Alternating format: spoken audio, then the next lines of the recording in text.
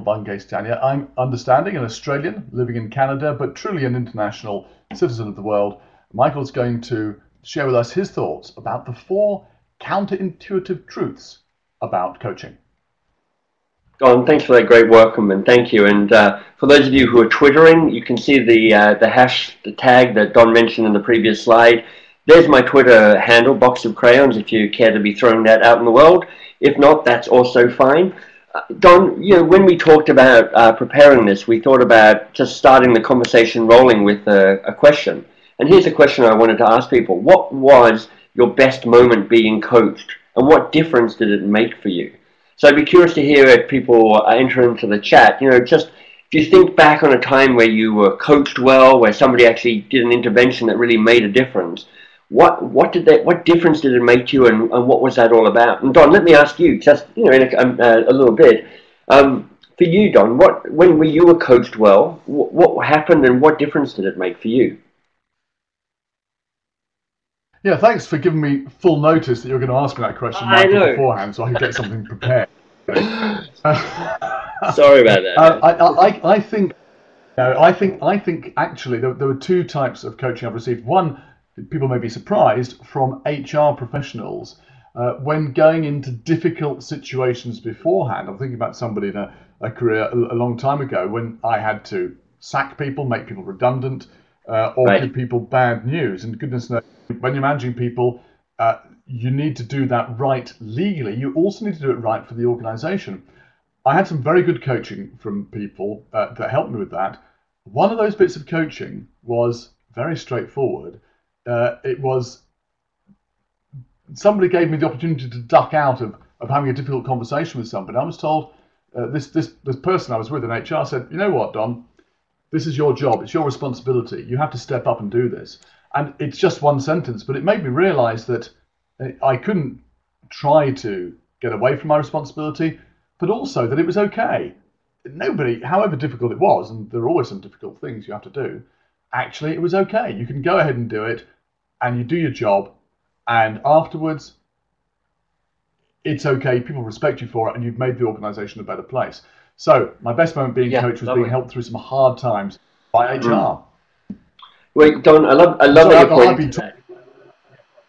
Well, no, it's fantastic that you're pointing to that, because I think you're pointing to what coaching's like at its very best, which is at its very best, it tends to transcend just a kind of piece of technical help, and more about speaking to the person involved to say, look, I think you can step up, I think you can have more impact, I think you can be a better version of yourself, I think you can really make a difference. And what I hear in your story is somebody calling you on that and getting you to step up to your responsibilities, but also kind of a better version of who you are.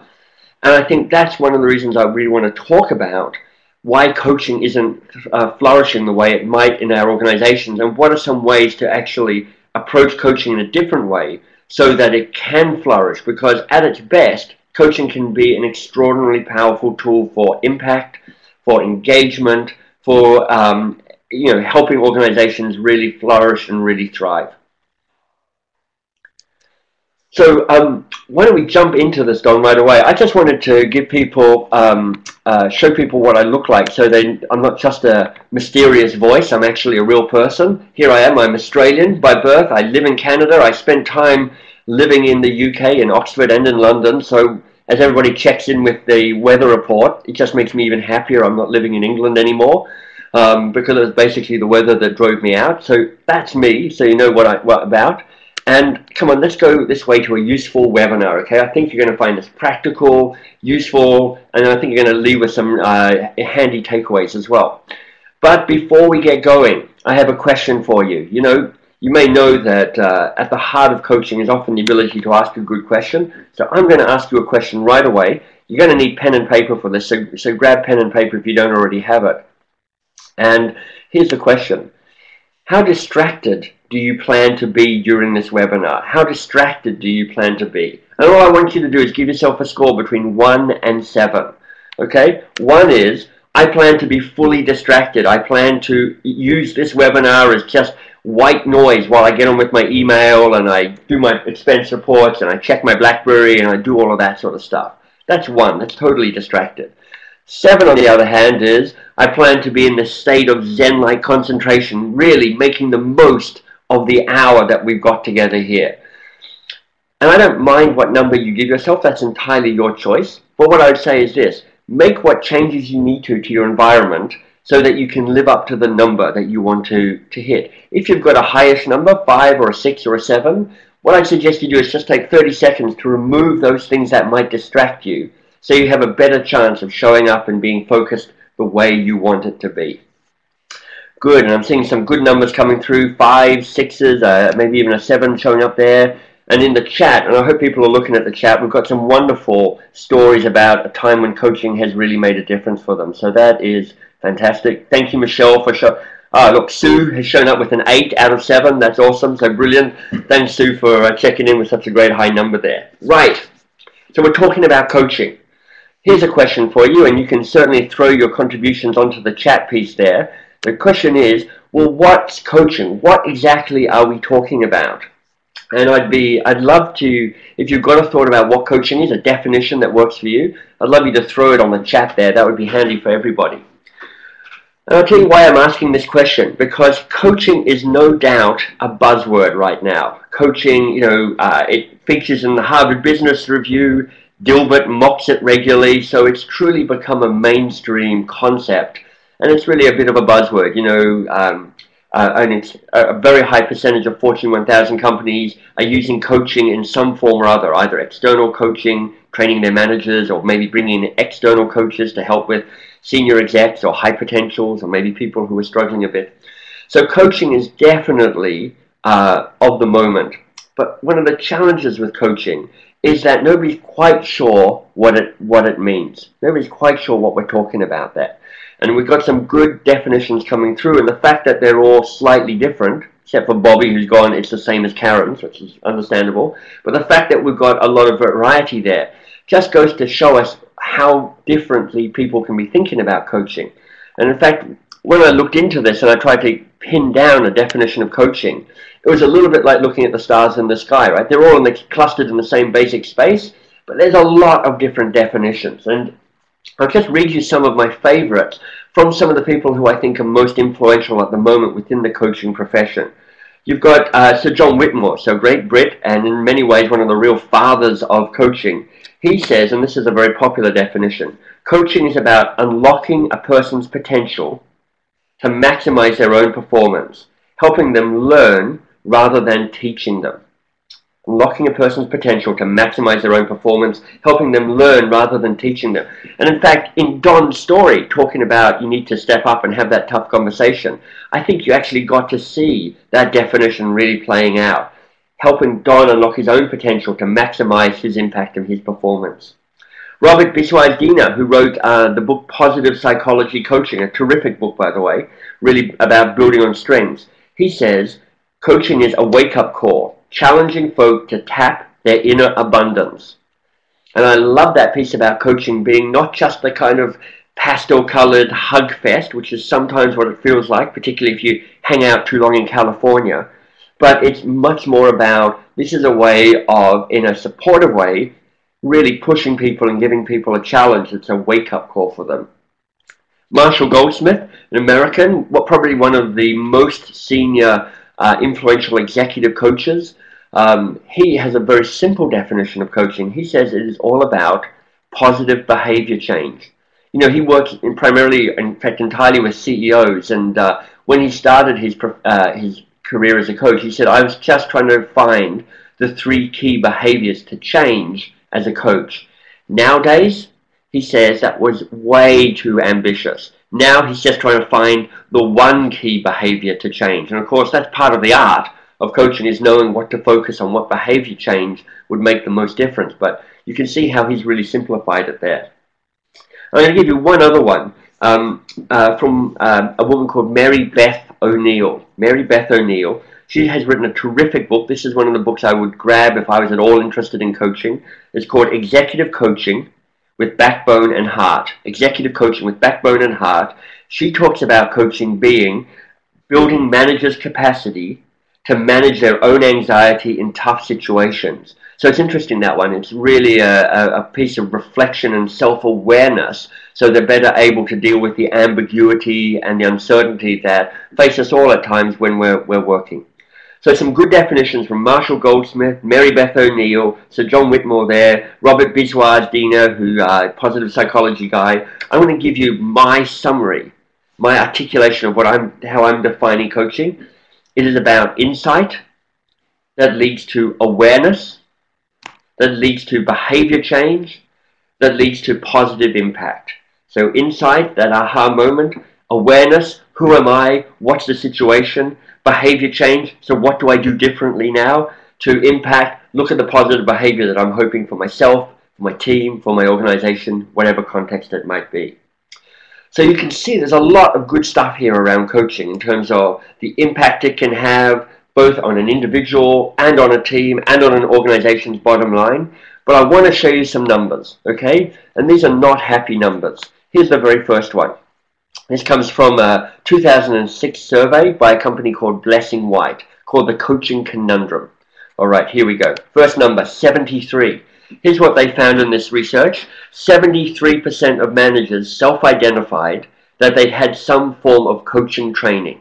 Some form of coaching training. They weren't specific about what it means, so it could be I learned a little bit about active listening, or I went on a coaching course, whatever it might be. But 73% I self-identified as having some form of coaching training. So that's okay, that's pretty good. That means organizations are investing in that and they see the importance of coaching. Here's where things take a darker turn. 23%, only 23% of people receiving coaching from their manager felt that it was making a significant contribution to their performance and satisfaction. That means, I mean, you can do the math, right? 77% of people are thinking that it doesn't really make that much difference to me. And here's, one other number from that same study from Blessing White. 10% of people actually felt that coaching was having a negative impact on their performance and on their motivation. Can you imagine that? You go to a coaching session going, this is actually going to set me back. Can you imagine your heart dropping as you get into that experience? But truthfully, what I observe in organizations is for many people, there's this kind of resistance to coaching. If I say to you, I'm going to coach you now, there's a real pushback on that. Now, just to give you a heads up, particularly for folks in London, we're running an open workshop on our Coaching for Great Work program, April 19th. There's my details. We're going to go into a deeper dive around how to actually tackle some of these barriers, and you can certainly email for me information. I'll put this slide up or a version of it at the end so you can follow up if you're interested. But what I want to get us into now is these 4 counterintuitive truths that might start turning some of these numbers around so that we don't have this sense of, oh my goodness, I'm about to be coached, how disappointing. So here we go. Here's the first counterintuitive truth. Number 1, you can see I'm one for pictures rather than words. Number 1, be brief. Be brief. That's what I mean by that. When you survey coaches, and I've done some research on this and I've looked up lots of other research, and you ask managers, what is the key barrier for getting in the way of doing coaching? It is not, I haven't had the training. And it is not, I don't believe in coaching. And it is not, my senior team doesn't support me or doesn't support coaching in this organization. When it boils down to it, the biggest barrier for people to get in the way of doing more coaching or not doing more coaching is this: I don't have enough time. I am an overwhelmed manager. I'm a time-crunched manager. And one of the key beliefs that we have at Box of Crayons is this: executive coaches, people like me in my time, are actually terrible role models for internal coaches, managers and leaders who want to engage with people in a more coach-like way. Because the external coach, somebody like me, shows up and we have 30 minutes or 45 minutes or an hour booked with the people we're working with. Whether we're doing it on the phone or whether we're doing it in person, we have this protective scheduled time. And that is just not realistic for most managers and most leaders. And in fact, what we say at Box of Crayons is this: if as a manager and leader you cannot coach in 10 minutes or less, you do not have time to coach. If you don't have time to do it in 10 minutes or less, you do not have time to coach. So what I wanted to share with you here is a couple of techniques that might help you if you're wanting to coach in a more focused, more kind of efficient way in this 10 minutes or less. And it's a way of, we call these the coaching bookends. Because one of the things that stops people being able to coach in a brief way, in a targeted way, is they don't really know how to get going. So they kind of go, look, I want to coach you, but gosh, how do we get into this conversation? So let's do a little small talk for a while. Let's talk about the weather because we're in England. Let's talk about the football results from last night because I'm a guy and, or, you know, mainly football is my vocabulary. And, you know, after that you start maybe running out of topics pretty quickly. But it's like, how do you get going on this conversation fast? So let me give you the way to start a conversation and the way to end a conversation. Here we go. Here's the best opening question I can offer you around how to start a coaching conversation. And it is this. What's on your mind? So tell me, what's on your mind? It's as simple and as powerful as that. Here's why I think it works so well. It doesn't go, what are you worrying about? Which actually makes people more anxious. It doesn't go, you know, what's your strategic priority right now? Which means that they may start with somewhere that is their strategic priority, but not the real issue. What's on your mind invites people to talk about the thing that they're anxious about and that they're wrestling with or they're excited about, but does it in a way that is fairly open. So it is both open and targeted. Sounds simple, but it can be a very powerful way to quickly get to the heart of the issue. If you come up to somebody and they're like, let's have a quick conversation, so tell me what's on your mind, you'll find yourself talking about the stuff that matters much more quickly. Here's the way to finish the Z on that bookshelf there, the way to finish a coaching conversation. Because that's the other problem with coaching conversations. They often, even if they've been a good conversation, they often kind of trail off a little bit. And here's what you need to know about adult learning, and I know many of you will be aware of this already, but I just want to make the point. It's a kind of keystone of adult learning. People do not learn when you tell them something. And that's important. This is one of the reasons why coaching is so important, because, you know, our managers are basically trained to give advice. We're going to get into that in just a minute. So they do not learn when you tell them something. They do not even learn when they do something. They learn when they reflect on what just happened and understand the learning they're taking away from them. So I'm going to give you the question to ask at the end of every conversation, not just coaching conversations, but at the end of your meetings, at the end of your interactions, at the end of your phone calls. Ask this question. What was most useful for you about this? What was most useful for you about this? Or what was most valuable for you about this? And here's what that does. It creates a moment of reflection. You remember my definition of coaching was about insight leading to awareness. Here's the question that leads to insight. What was most useful? What was most valuable for you about this? And three things happen. One is they start seeing how useful and valuable conversations with you are, which is good for you. Secondly, they start seeing exactly what they should be taking away and honoring and treasuring from that conversation, which is good for them and it's good for you. And they give you feedback about what you're doing that is most valuable. And that is good for them and good for you, because you can do a better job next time. So this is the first of the counterintuitive truths. Be brief. In other words, you have to learn how to be coached in 10 minutes or less. And one of the ways is knowing how to start and how to finish a conversation. All right.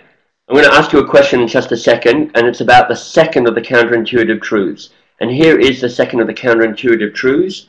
And this will sound a bit provocative for many of you, I know, but the counterintuitive truth is be lazy. The first one is be brief. The second one is be lazy.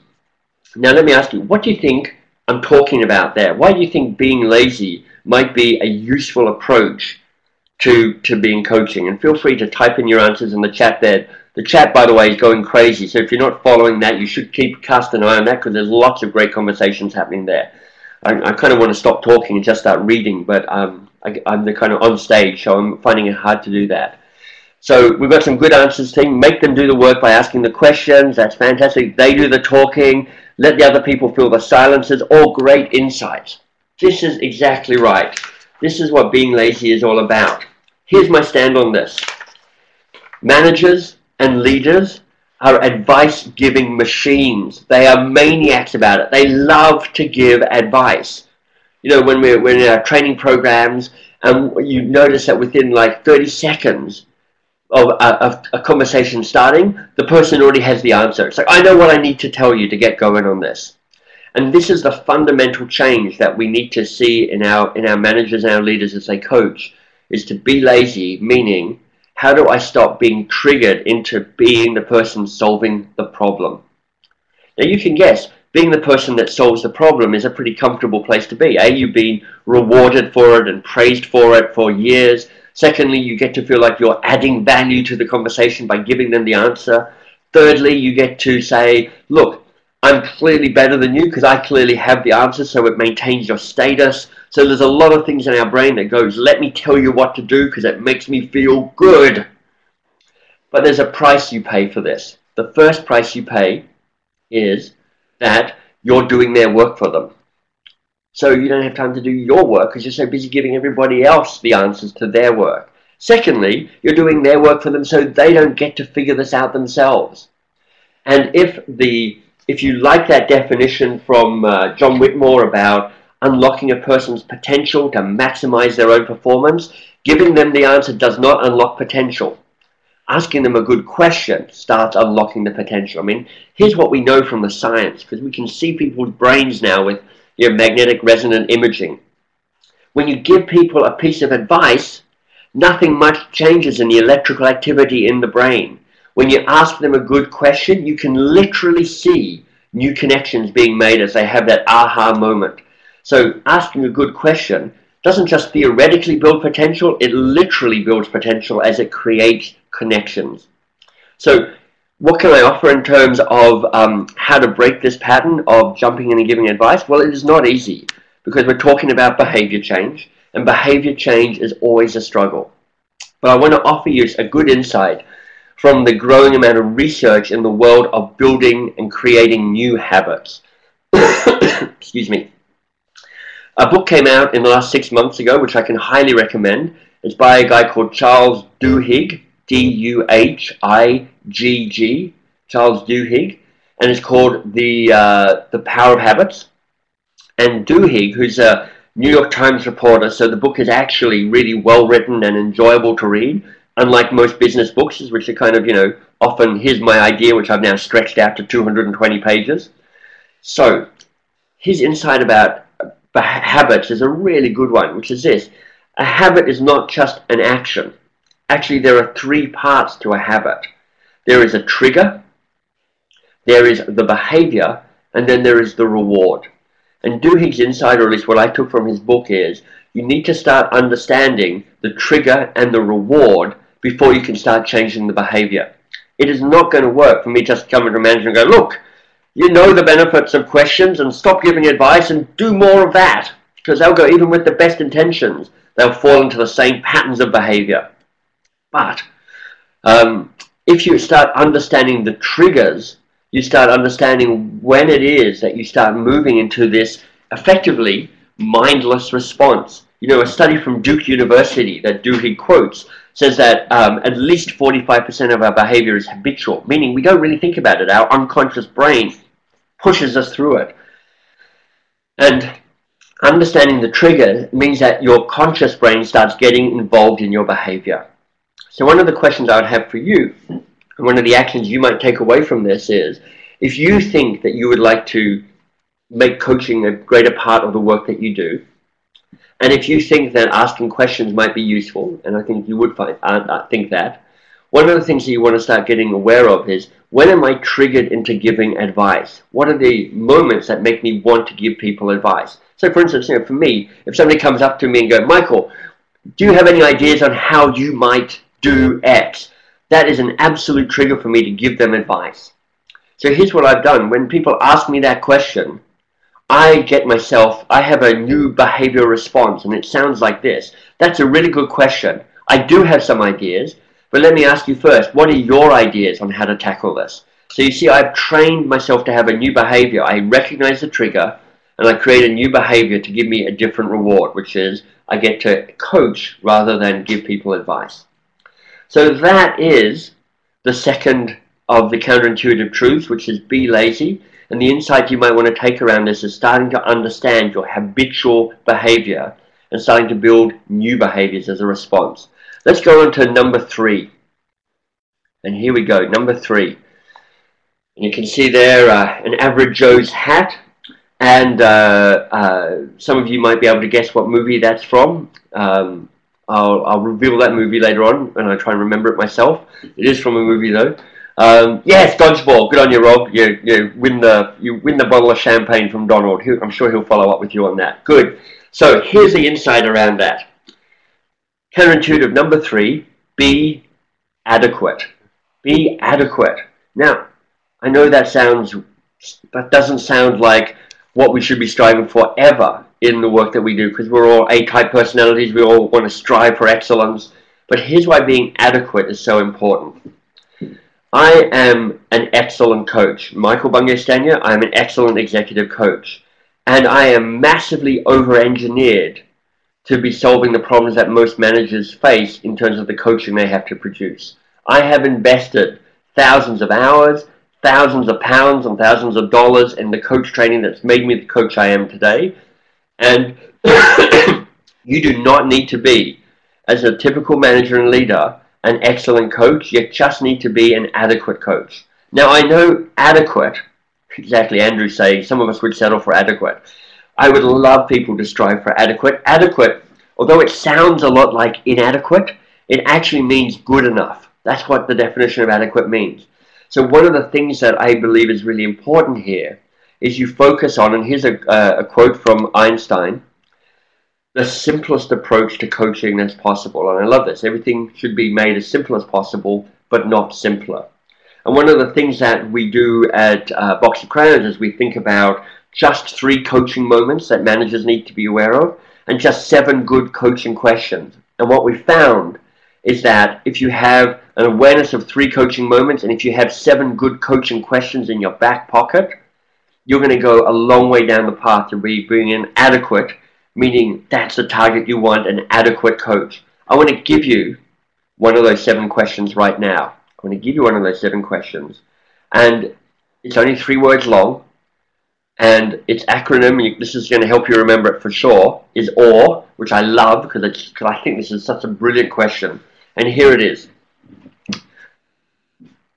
And what else?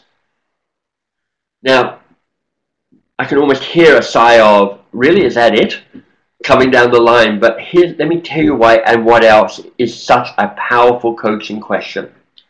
Because the first thing somebody has to say is never the only thing, and it's rarely the best thing. That's useful. So asking them the question keeps them going deeper and more insightful into the challenge at hand or into the conversation that they're having. Secondly, and this is really important for you if you want to be a better coach as a manager and a leader yourselves, it is a self-management tool to stop you leaping in to save the day and offer the solution and get them to action. So it's a way of keeping you present in the conversation, but not in the advice-giving mode that so many of us slip into. That is really, in some ways, its greatest power. It keeps the focus on the person who you're coaching so they get to have the insight, so they get to move to the change of behavior. The third topic, and this is kind of a little secret, I guess, between all of us, so don't tell anybody else. But really, if you're not sure what else to ask, if you're feeling a little bit stuck on what the question should be, and what else buys you just a little bit more time to kind of get to grips with what's going on and to really understand the situation at hand. So, and what else is a wonderful question, one of the 7 core questions that we offer up to say, if you can get that into your coaching conversation, to your management conversation, you're going to be a better, more powerful coach. Awesome. We've got one more of the counterintuitive truths to go. Here we go. It is a little Andy Warhol moment. You can see the little number 4 there in the poster of the suit cans. And it is, number 4, don't label the conversation as coaching. Here's what happens. As soon as you say to somebody, I'm going to coach you now, the typical response is everybody gets a little bit uptight. The person goes, oh, okay, you're not going to just do our normal management thing. You're now coaching me. This is special somehow. So I feel a little bit uptight about it and a bit anxious about what's going to happen to me because, you know, for some people, coaching is about, you know, you're failing in some way, so I've got to fix you. And if you're the manager or the leader, what happens is you're like, okay, I've been told by my organization I have to coach people. I'm a bit anxious about that because, you know, I can't really remember very much about my training. In fact, all I can really remember is that I need to do active listening. So all I'm doing is kind of nodding my head a lot and making small grunting noises of encouragement to try and get them to talk to me. So there's a degree of anxiety around that.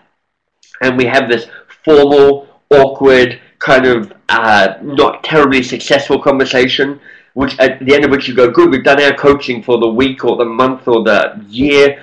We can stop doing that, and then we can just go back to having normal conversations like we were doing successfully before.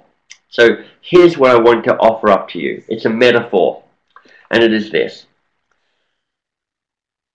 In terms of creating insight, awareness that leads to insight, that leads to behavior change, that leads to positive impact, those 4 steps that I talked about for my definition of coaching. Here's what I would say to you. What you want is not a flash flood, but what you want is drip irrigation. There's a picture. There, we finished on the alcohol theme. Don, here we are, a vineyard from Australia. And if you're trying to change people's behavior, one shove every now and then, which is what those formal coaching sessions can sometimes feel like, isn't going to hack it for you. But if you have lots of small moments, small coaching moments, that you don't even call a coaching moment, you just ask a good question rather than giving advice, that's far more likely to create that behavior change that you and they are hungry for. So in terms of this final insight around don't label it, stop calling what you're doing coaching, just be a little bit more coach-like. One of my favorite writers in this space, a guy called Peter Block, his books are truly wonderful if you haven't come across them yet. He says this, coaching is not a profession, coaching is a way of being with each other. And I absolutely endorse that.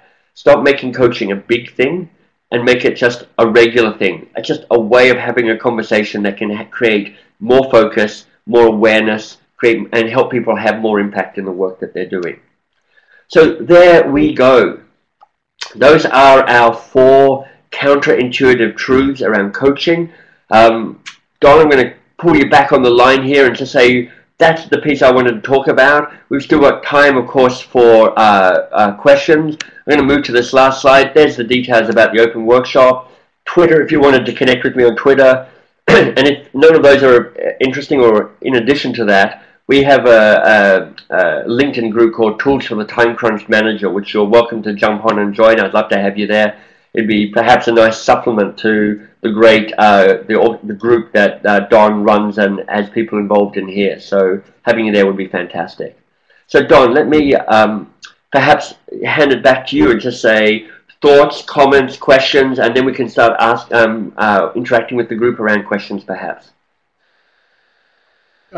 Yes, thank you very much. And I liked your concise approach, which leaves time for questions, and also your very clear structure. Tell them what you're going to say, tell them you're telling them, and tell them you told them. And I've just recapped my with your 4 things there. Pearl said she planned to be at a distraction level of 5, but it came in at 10 because you were so bewitchingly engaging. Now, first question comes from Rob Sayers. How can we help and make people want to self-coach? Is there such a thing as self-coaching? Does it make sense? But how can we get people into that state? That's Rob's question. What do you think, Michael?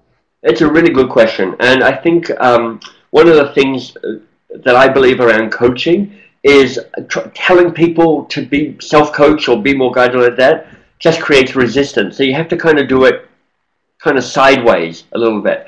And I think that question, what was most valuable or most useful about this, can be a really powerful way to kind of get people into understanding the power of reflection and questions and insight. So you can imagine a conversation with the person, you have the conversation, you ask them, so what was most useful about this, what was most powerful? And then you go, so see how I just asked you that question? What was useful about me asking what was most useful about this? And kind of get them to have that moment of insight around, oh, it just helped me reflect around that. And you're like, good, yeah, exactly. So you know that but with me, you can ask these questions, but also with yourself at the end of a moment, you can stop and go, what am I learning here? What was most useful about this? What was valuable? What do I want to remember? These are all variations on that same question. So for me, it's tough to wave the flag about coaching, particularly if you're a fan of coaching, and I think many of you here are. The danger is you start banging on the drum and everybody goes, look, I'm not interested in coaching. It is too much touchy-feely, HRE, hugsy, pastel-y, Muzak-y experience. I'm not up for that. It's weird, it's Californian, it's not something I'm up for at all. Don't you know, we're British around here, we don't talk about that sort of stuff, right? So for me, also, the thing to be focused on is not the process of coaching, but the outcome of coaching. So if I was to say to you, look, on a scale of 1 to 5, 1 being low, 5 being high, how much impact do you think your team is having at the moment? And would it be useful if we could raise the impact and the focus that your team has? Would that be useful? Coaching skills can help you with that. On a scale of 1 to 5, let me ask you this. How overwhelmed do you feel at the moment? 1 being I'm totally overwhelmed, 5 being I've got so much time in my day I don't know what to do with it all.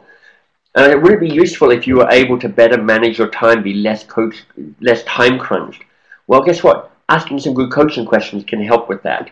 So being focused on the outcome of coaching, not the process of coaching, is another way to actually approach that. Hope that helpful.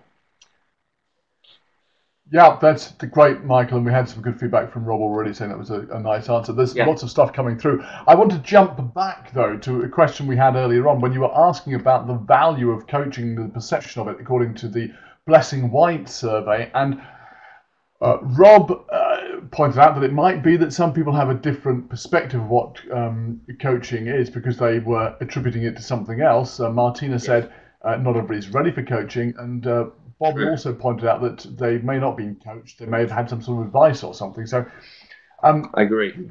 We have this problem with the word coaching generally, and of course the last of your 4 points is don't call it coaching. And yet, of course, what you do, to go back to a question we had earlier, what do you do if you're introduced as the coach, or if somebody says we're going to start doing coaching? Can't that actually be a retrograde step? Michael, what do you think? I think it can possibly set that up. So I agree that some people have can have a bad taste in their mouth around coaching because they've had a poor experience, or they're just not sure what it is and are a bit anxious about it. You know, I see a lot of organizations that say, no, we've trained our managers to coach now, and when I see what their managers do, what they're really doing is they're still just giving advice, but they've just put a question mark on the end of it. They go, have you thought about doing X? You know, that's not a coaching question, that's advice with a question mark on the end of it. So I think if you're introduced as a coach, one of the things that you can talk about is, and I would call this the social contract, a really powerful tool, not just for the coaching relationship, but all your relationships. Because here's what I talk about in a social contract. We talk about not the what that we're going to deal with, but the how we're going to deal with it. In other words, rather than going, okay, so I'm coaching you, what are you worried about? What's on your mind? You ask questions like this. So let me ask you, how engaged and active are you going to be in this relationship we have? Good, let me tell you how engaged and active I'm going to be. And how much risk are you prepared to take in this relationship? Okay, good, let me tell you how much risk I'm prepared to take. And when you've had a good experience of being coached, whatever coaching means to you, what does that look like? Let me tell you an experience I've had when I've been coaching people and it's been going really well. Fantastic. Now tell me, when you've had a bad experience of being coached, where it really hasn't worked for you, what's that look like? What do we need to watch out for? Right, I understand that too. Let me tell you, when I've been coaching, whatever you want to call it, and it's gone badly, let me tell you what's going on. And so when this starts going wrong, because all relationships fall off the rails at times, what does that look like, and how should we deal with that? So you can see here, there's no content here about the challenge at all. It's all about, let's talk about our relationship and how to manage that. And I think having that conversation can help diminish the anxieties and uncertainties around that, because what you're doing is you're inviting them in to be part of the conversation with you and co-create how you want to show up and how you want to do coaching. Hopefully there's some usefulness in that answer for you. Yeah. Rather than imposing it from the outside and people being subjected to it, it's something which they are contributing to and participating in. I like it. I just wanted to point out it's Valentine's Day. Some of these questions may not be suitable for your relationship, such as how much effort you're going to put into that relationship and what you're getting from it. You may want to save that until the 15th of February.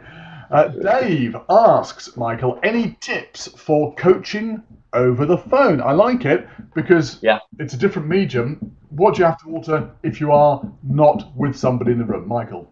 Good. I'll tell you this. Talking on the phone in general is my least favorite way of communicating, and it is my favorite way of coaching. And I know that sounds weird, and I know that part of you is going, but you miss the presence, and you miss their body language, and you miss the clues they might be giving you, and that could be true. But I would say this: I think often when you're in presence with somebody, there's all sorts of other agendas going on. I know that I'm trying to coach somebody face to face.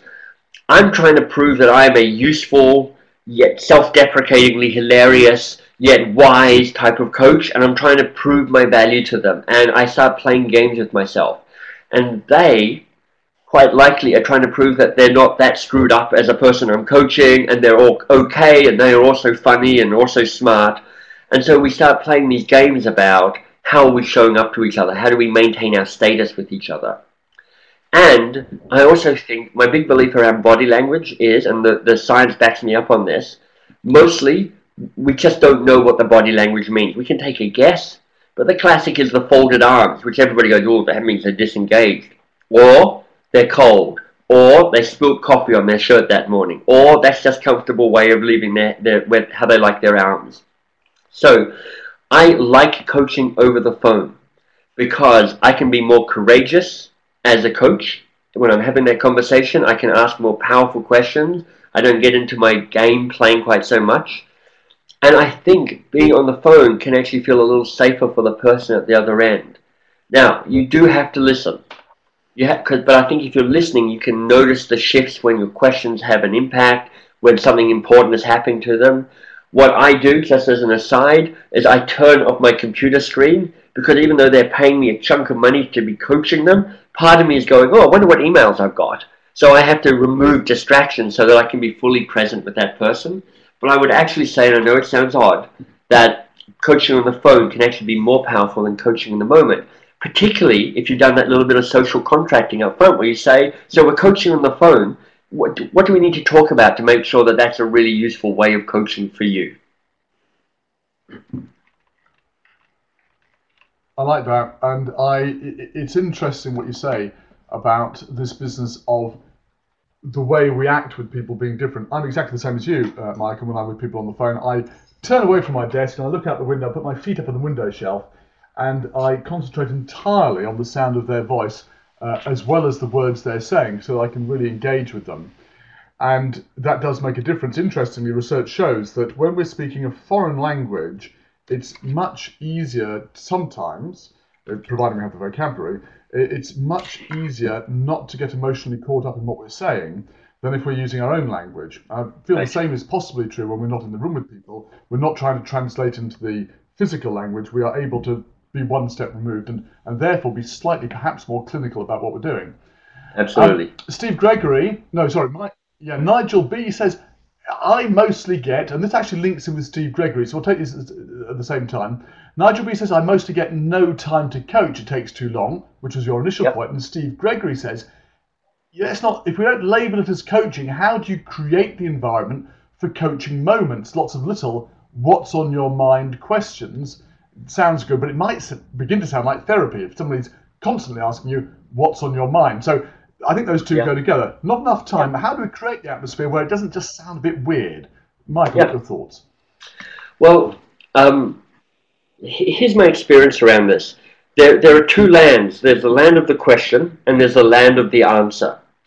And when we're asking the question, it is a place of a certain amount of anxiety and uncertainty, because you're like, is this question going to be useful? Is it going to be understood? Will I be able to handle the silence that will follow me asking this question?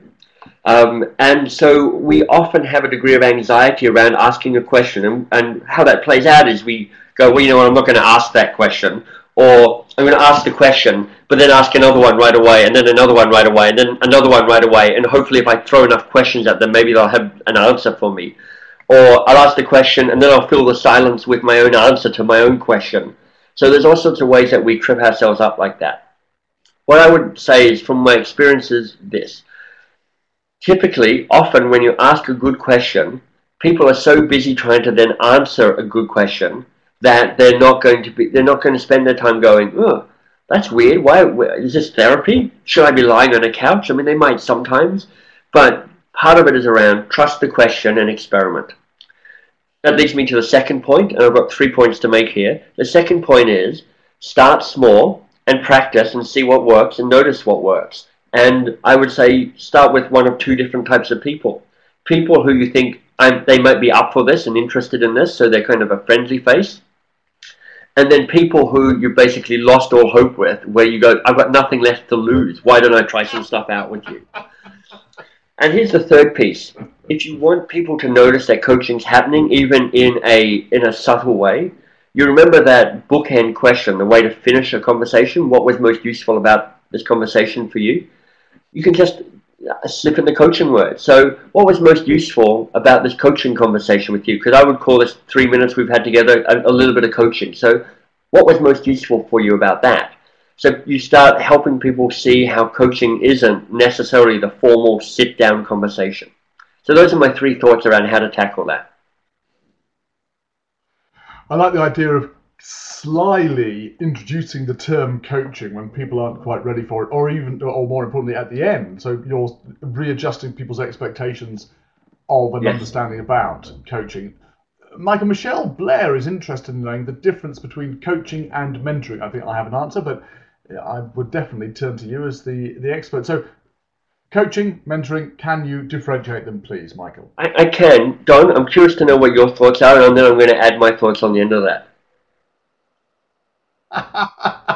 It's such a coach's answer. Yeah, it is exactly. I wanted to I want to role model how that can just sound like a normal response. It's like, yeah, good question, Don. What are your thoughts first, and then I'll for sure add my thoughts on top of that. So, Don, where would you take us immediately? And I hope everybody who's listening can also feel my intense embarrassment and cringing being forced into a coaching situation. No, you're quite right, Michael. We should be modelling it. My feeling is that coaching is not domain specific. Mentoring is about the things you need to do in a particular area. Typically, a younger person will be mentored by a person who's older and has more experience in the field and can share their insight and their experience. Coaching is more about how you're approaching your problems, whatever they are. There we are. That's my love it. Yeah, I would say that as well. Short answer, Mike. How does it match up? How does it match up? Yeah. It matches up with how I think about it as well. What I would say though is a good mentor is often a very skilled coach because they're asking questions. Because of course, what you don't want as a mentor is somebody who just sits around in a armchair smoking a cigar and pontificating about their days in the bank or wherever. What you want is somebody who can be curious on your behalf, help understand what the real challenge might be for you, and then offer up some guidance based on the journey they've walked, the path they've taken, the scars that they have. A coach doesn't really need to have any actual technical expertise. On my coaching roster at the moment is a head of a design firm, a chief of staff for a US state governor, and somebody who works in a non-profit. I have no real domain expertise on any of that, but I'm a good coach for them because they're not looking for domain expertise. They have that. They're looking for guidance in other ways. Michael, it's a good point that you don't want a mentor who sits and pontificates. And I think there are 2 things there. The mentor should guide the person through their experiences, just as a good, not through their own experiences, sorry, through their own revelation, just as a good coach would. And they certainly shouldn't be simply saying, in my day, X, Y, Z, because actually all the research shows that is, on a scale, it's the one which managers think they're giving the most value to their reports. Right. And it's the thing which the people reporting to those managers get the least value from. So simply saying, this is what I did, usually doesn't help people, unless it's very specific and it's relating to a particular problem which is very close to the person. All right, cracking on here, Danielle Silverstein says, do you recommend coaching the manager to coach or to have a separation between coaching and managing? Pretty important question, this. Maybe it's different in different circumstances, Michael. So what are your thoughts on that? Yeah, I don't think this is one where there's a generic answer around it. I think what's important, and the social contracting piece can help with this. is to acknowledge that if I'm your manager, but I'm also coaching you, there's a power imbalance. I have control over parts of your life and your success of your life, which means there's a degree of reserve that you are likely to have about what you talk about and what you don't talk about. Now, that varies from, manager to manager. It varies from culture to culture. I just, for instance, just saw on the wire the other day, a firm in Silicon Valley has decided to make all email available to everybody. Everybody can read everybody's email as a way of promoting their openness and their lower hierarchy or flatter hierarchy. So I think the social contracting is one of those essential parts around this. We could ask, so how you feel, what impact will it have for you that I'm your manager as we try and have these, as I try and coach you a little bit more than I'm doing at the moment? Let me tell you the impact it would have for me. Social contracting, you can see me role modeling it. It's not just you asking the question, but it's both of you answering the question that's been asked. So I think all you can do is talk about it, discuss about how do you feel about the power imbalance in this relationship? What impact might that have on the way we work together? How do we want to handle the power imbalance? And that allows you to then go, we can deal with this. Peter Block, who I've seen the link to and I've mentioned a few times, he says this: in the social contracting conversation, what you talk about and what you don't talk about are the things that you can and can't talk about throughout the whole of the relationship. So if you can't bring up the power imbalance in that opening social contracting conversation, then that power imbalance will always be one of those things that nobody can quite get around to talking about. That's one of the reasons that's so important to try and get these things out on the table and actually just acknowledge that they're there, because it allows you to keep having conversations about them.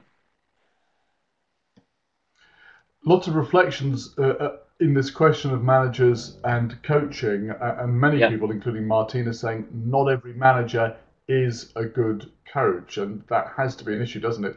It's got to be an integral part of what they're doing, but many of them simply don't have the skills. Are there easy ways, perhaps it's a trite and pointless question, are there easy ways in raising the general coaching ability of an organization's managers, Michael? I'm trying to think about how to answer that. That doesn't involve me going, come along to my programs and you'll see the way. Here's my thought. Imagine a bell curve, okay? You're going to have that 10-15% of managers who are just naturally fantastic coaches, who've always been led by curiosity rather than advice giving, that always somehow help people step up and create insight and action and behavior change. I was talking to a friend of mine the other day, and he said, look, I just was going for a promotion and I had to write stuff down, and I noticed everybody I've managed has got a promotion earlier than they thought they would. And I was like, that is a reflection on you being a brilliant manager and a coach. Congratulations. Then at the bottom end of the bell curve, you're going to have these 10 or 15% of people who go, you know what? You're not going to shift me. I'm a kind of sucky manager. I got promoted because I was good at technically something perhaps, or for whatever reason. And I think part of it is you can spend a lot of time trying to change that and kind of, open your veins and bleed into the ground. For me, the heart to look at is that kind of the middle of the bell curve, where I go with some insight, with some simple tools, with some understanding that coaching is less of a big deal and it's simpler than you think, simple but difficult, that you can actually increase your coaching quotient and have more impact as a manager. So that's at the heart of our business, is a belief that all managers, or most managers, can improve their coaching game without a whole lot of effort, and that will have a positive impact on those around them and a positive impact on the organization, not just on engagement, but actually also on the bottom line. Totally agree, Michael. Too often we tend to either celebrate the people who don't need a lot of help from us, or to focus all our efforts on the basket cases, for want of a better word, and miss out the place where some action has the right marginal effect, moving people just a little bit further along, and that can have a huge effect on what you just said just there, Michael, the bottom line of the organization. Performance is a function of three things in an organization: people's ability, that's their skills and knowledge, their motivation, and their opportunity to perform, the environment in which they're working. in our usual field of learning and development, we tend to focus very much on the ability side, skills, knowledge. They're important, but people will typically have at least 70% of what they need for their job. Yes. But the motivational side, people can have a motivation of 0. You can actually get up in the morning and simply not want to go to work. And a manager who can make a difference in shifting somebody's motivation, even by 10%, can have a huge effect on their ability in the workplace. And if you can certainly get somebody down from 0 up to 50%, well, you've done a great job. Helping managers do their job better through coaching and mentoring and other ways, I think is absolutely crucial to productivity. Lovely. Miraculously, we have been chatting. Well, that was me just talking, actually. Wasn't chatting at all, apologies. But something I feel very strongly about. One last question, Michael, because I like this one from Sega, and then we're going to wrap up. Okay. How do you coach your manager into coaching you? Bit of a Jedi mind trick. You want some coaching. How do you get your manager to coach you? Michael, very quickly. Yeah, a good question. First of all, decide whether it's worth the battle. If you go, I think I can do this with my manager, great. Let's have a conversation. If you go, there's just no point in trying to get my manager to do this, go, where else will I get my coaching from? If you do want your manager to coach you, I keep coming back to this answer, social contract. Get into a room with them and go, look, how's this working for you? Let me tell you how it's working for me. I like this about what you do, but I'm hungry for some more coaching to help me think differently about it. So here's what I'd like us. How can we get more coaching into this? Stop going, it's my job to get them to coach me, and start saying, how do I have a conversation that enrolls them to help us figure out how this is a more coach-like relationship? And try role modeling it with your manager. Coach your manager. Coaching skills go up, they go down, they go across. It's not about. It's like these are conversational skills. Sorry, I could go on forever about this, Don, but I know it's top of the hour, so I'm trying to wrap it up. That is your job, Michael. That's your job. Not going on about it, but providing insight and value. And we've just had a bunch of people saying this has been a really useful topic. Peter Delves said, a cracking webinar. Attended Michael's piece at the Learning Technologies Conference and is hoping to transform coaching in his company, which is currently a jaw-dropping 2-day workshop. Never mind not having half an hour. Not having 2 days could be a little bit mind-boggling. Plenty of thanks coming through. Yes, really practical, really helpful. Those 4 points, just super boiled down ways of making your coaching more effective. I'm going to drop them back into the text chat area because I thought that was so useful. Brilliant. If you are, if you've enjoyed this, found it useful, please do let the world know on Twitter using the hashtag #LSGWebinar, and of course, Michael on Twitter is Box of Crayons. There he is there, Box of Crayons on Twitter. If you've enjoyed it, fantastic. We have to say thank you very much for your thoughts and your contributions.